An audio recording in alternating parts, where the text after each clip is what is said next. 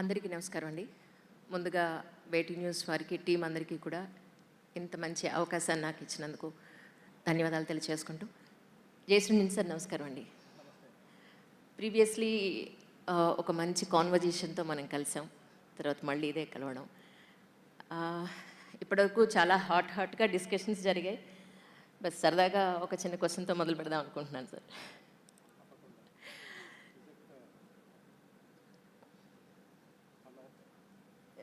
Mic, please. Hello. Yeah, I think we are good to go. Sir, chief secretary అనేది విన్నాం sir. Special chief secretary బాధ్యతలు ఎలా ఉంటాయి? అంటే బాగా స్పెషల్గా ఉన్న వాళ్ళని స్పెషల్ చీఫ్ సెక్రటరీ పిలుస్తారు.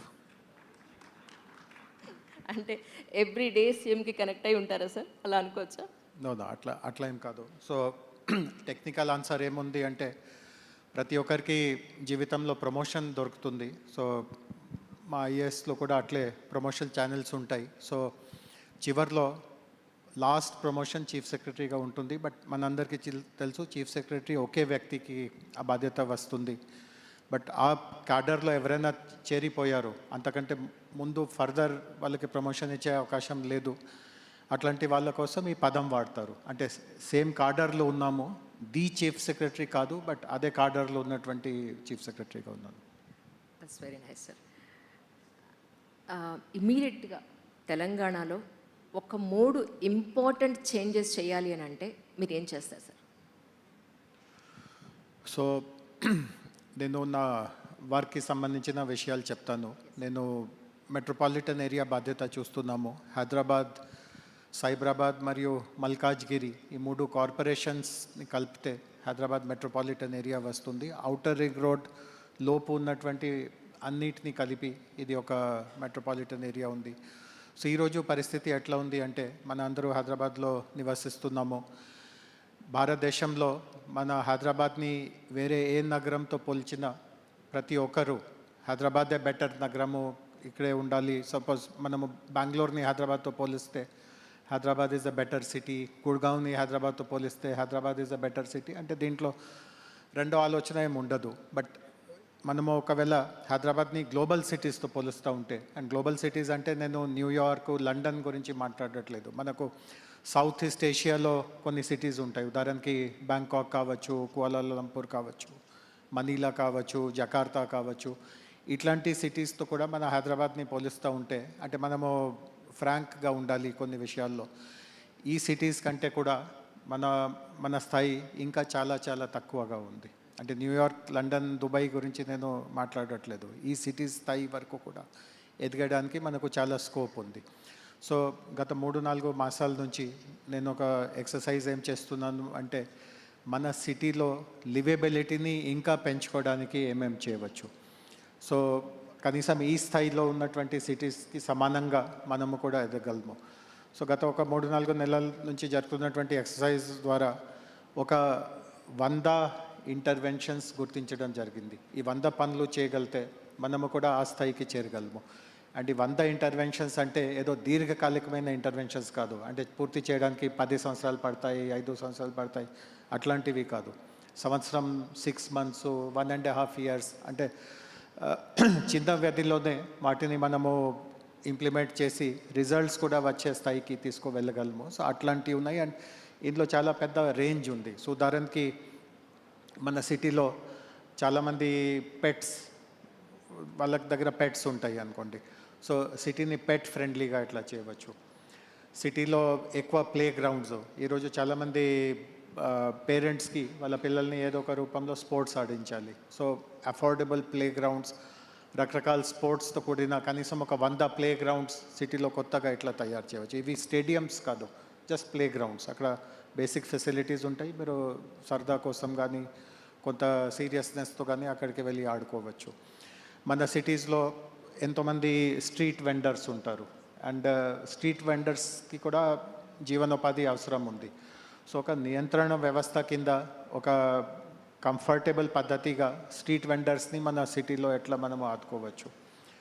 అదేవిధంగా కొన్ని దగ్గర మనకు తెలుసు, భారీ వర్షం కురిసేటప్పుడు కొన్ని దగ్గర వాటర్ లాగింగ్ అయిపోతాయి. సో వాటర్ లాగింగ్ లేని సిటీగా ఎట్లా దీన్ని తయారు చేయవచ్చు. ఫుట్పాత్స్ పేవ్మెంట్స్ని ఎట్లా మంచిగా చేయవచ్చు, ట్రాఫిక్ని ఎట్లా నియంత్రించుకోవచ్చు.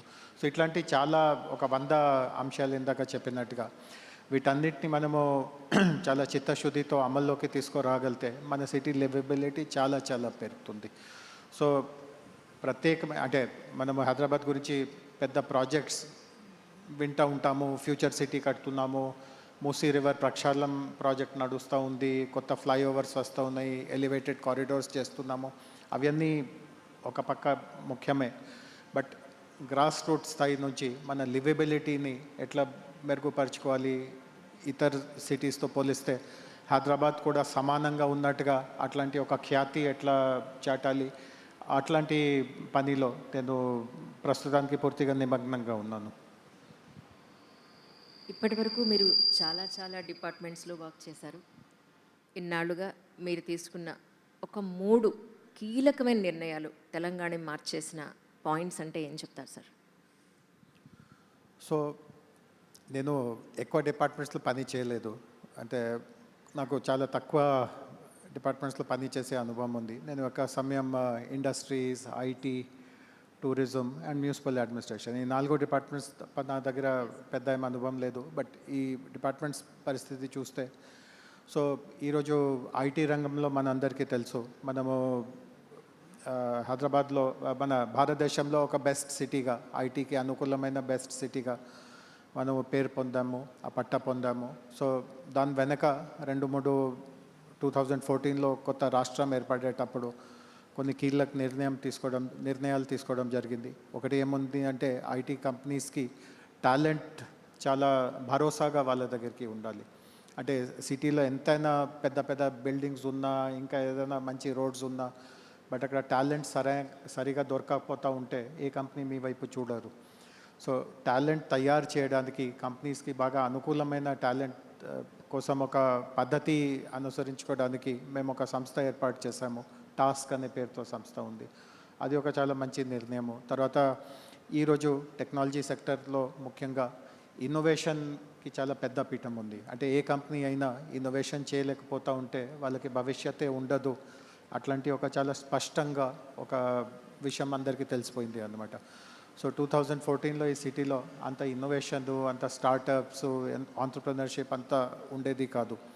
సో టీ హబ్ లాంటి సంస్థలు మొదలు పెట్టడం, అది కూడా ఒక చాలా కీలక నిర్ణయము. అండ్ మూడవ చాలా ముఖ్యమైన నిర్ణయం ఏముంది అంటే, అది ఈ రోజు వరకు కూడా ఎక్కడైనా నాకు అవకాశం దొరుకుతూ ఉంటే ఆ నిర్ణయాన్ని అమలు చేస్తూ ఉంటాను. అది ఏముంది అంటే, ఎక్కడ ప్రభుత్వంలో ఖచ్చితంగా కొంత టాలెంట్ ఉంది, కొంత మెరిట్ ఉంది, బట్ కొన్ని రకమైన యాక్టివిటీస్ పూర్తి చేయడానికి మనము బయట చూడాలి. అంటే ప్రభుత్వంలో ఉన్న టాలెంట్ కంటే మించి టాలెంట్ మనకు బయట దొరుకుతుంది. సో అట్లాంటి వాళ్ళని కూడా ప్రభుత్వంలోకి తీసుకురావడం. సో నేను ఇందాక టీ హబ్ గురించి చెప్పాను. టీ హబ్లో సుమారు ఒక 100 మంది పని చేస్తూ ఉంటారు. మీరు ఎప్పుడైనా టీ హబ్కి వెళ్ళి ఆ 100 మంది ఎవరు అనే వకాబ్ చేస్తే, ఒక వ్యక్తి కూడా దాంట్లో గవర్నమెంట్ మనిషి కాదు. వాళ్ళందరినీ మనము బయట నుంచి, వాళ్ళలో ఉన్న టాలెంట్. సో ఇది ప్రభుత్వ వ్యవస్థలో ఇది ఒక చాలా పెద్ద నిర్ణయము. దట్ మన టాలెంట్ కంటే బయట టాలెంట్ ఇంకా మెరుగుగా ఉంటుందో వాళ్ళని లోపలికి తీసుకువస్తాము. సో ఈ మైండ్ సెట్, ఇట్లాంటి ఒక కొత్త ఆలోచనతో, ఒక కొత్త విధానంతో ముందుకు వెళ్ళడము. అండ్ టీ హబ్లో ఎట్లా జరిగిందో, కనీసం ఈరోజు ఇంకా చాలా రంగాల్లో అట్లాంటి వ్యవస్థ మేము ముందుకు తీసుకువెళ్తూ ఉన్నాము. సో అది గవర్నమెంట్లో కూడా ఆ సమయంలో చాలా ఒక కొత్త పద్ధతి.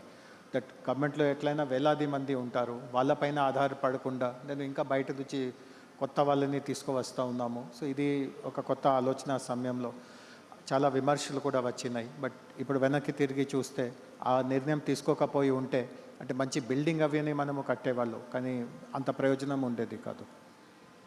ఐటీ తర్వాత మళ్ళీ ఉద్యోగ అవకాశాలు ఏ ఫీల్డ్లో ఎక్కువ అవకాశం వచ్చేది? అలాగే ఇప్పుడు విద్యార్థులు ఎటువైపు వాళ్ళ ఎడ్యుకేషన్ కెరియర్ని మార్చుకుంటే అవకాశాలు బాగా వస్తాయంటారు? సో ఒక అంతర్జాతీయ సంస్థ ఉంది, వరల్డ్ ఎకనామిక్ ఫోరం.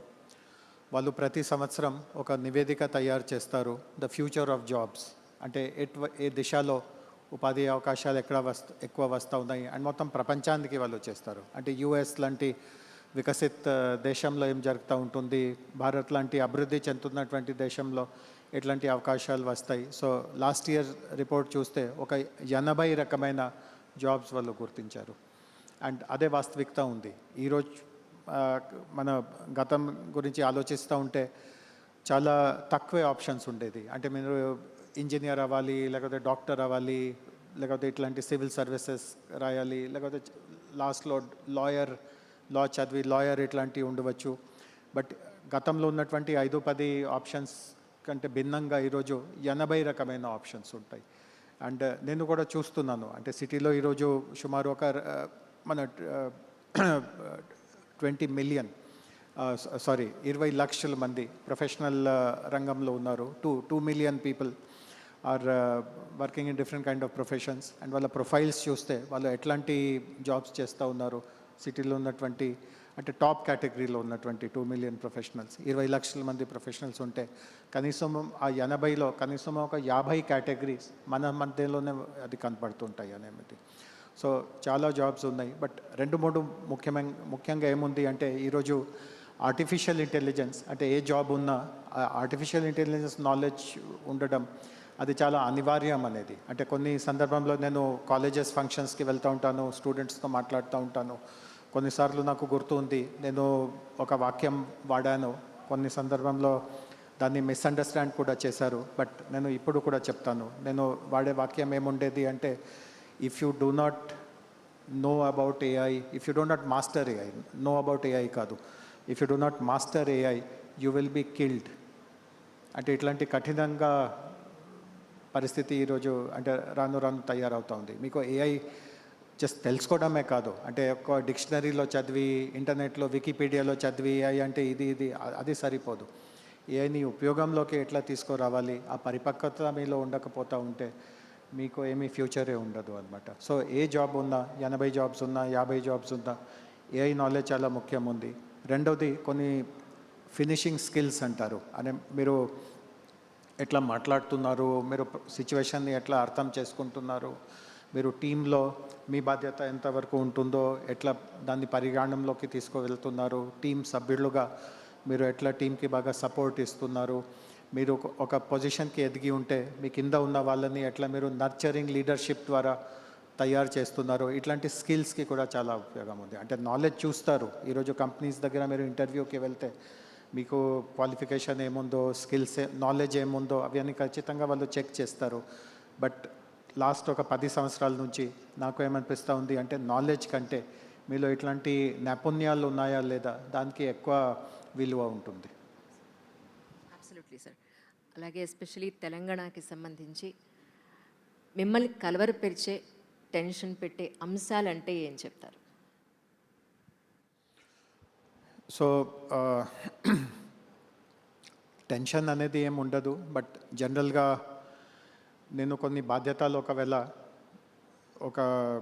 అంటే ఖచ్చితంగా దాంట్లో రిజల్ట్స్ నేను చేసి చూపగలుగుతాము అట్లాంటి ఒక ఆంతరికంగా ఒక ఆలోచనకి వచ్చి ఉంటే, అందులో ఏదైనా ఆలస్యం జరగడం, లేకపోతే కొత్త కోణాల నుంచి కొన్ని కొత్త విషయాలు రావడం, అట్లాంటి సమయంలో కొద్దిగా నాకు డిస్టర్బెన్స్ అనిపిస్తుంది. దట్ నేను ఇట్లా ప్లాన్ వేసి ఉంటే దాంట్లో కొన్ని అవరోధాలు వస్తూ ఉంటాయి. బట్ వెంటనే విదిన్ ఫ్యూ అవర్స్ కొత్త ప్లాన్ చేసి దాన్ని ఎట్లా అతిక్రమించాలి, ఇంకా ధ్యేయం వైపు ఎట్లా ప్రయాణం చేయాలి, ఫాస్ట్గానే ఫ్లెక్సిబుల్గా అజిలిటీతో చేయగలుగుతాము. సో చాలా దీర్ఘంగా నేను ఏదో డిస్టర్బ్ అయిపోయి ఉంటాము. అట్లాంటి పెద్దగా సందర్భాలు ఉండదు. అందరూ చెప్తూ ఉన్నారు సార్, మన ఎడ్యుకేషనల్ సిస్టమ్ అది బుక్ నాలెడ్జ్ వరకే ఉంటుంది, బతకడానికి ఏమి పని చేయట్లేదు అని. సో మన ఎడ్యుకేషనల్ సిస్టంలో మీరు మార్పు తీసుకురావాలి అంటే మీ వంతు బాధ్యతగా మీరు ఏం చేస్తారు? సో యాక్చువల్లీ సాయంత్రం ముఖ్యమంత్రి గారు కూడా వస్తున్నారు, వారు కూడా ఖచ్చితంగా చెప్తారు. బట్ ఆయన తీసుకుంటున్నటువంటి నిర్ణయము చాలా మౌలిక నిర్ణయము. అంటే ఇక్కడ హాల్లో ఉన్న ప్రతి ఒక్కరు ఏదో ఒక సందర్భంలో కాలేజ్కి వెళ్ళి ఉంటారు, ఎడ్యుకేషనల్ ఇన్స్టిట్యూషన్స్ చూసి ఉంటారు.